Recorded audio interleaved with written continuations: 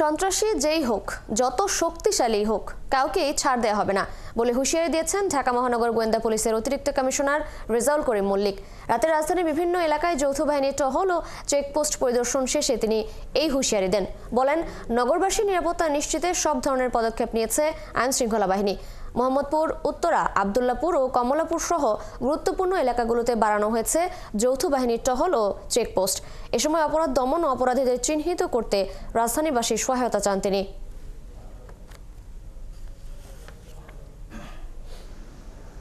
ঢাকাবাসী শান্তি শৃঙ্খলা রক্ষার্থে আমরা যৌথভাবে যে চেকপোস্ট বসিয়েছি সেইভাবে যৌথভাবে কাজ করে যাচ্ছে। আমার মনে হয় নগরবাসী অনেকটা ভালোভাবে অবস্থান করছে। সন্ত্রাসী যেই হোক, সে যদি যত রকম শক্তিশালী হোক, আইনের হাত থেকে সে কোনোভাবেই রক্ষা পাবে না।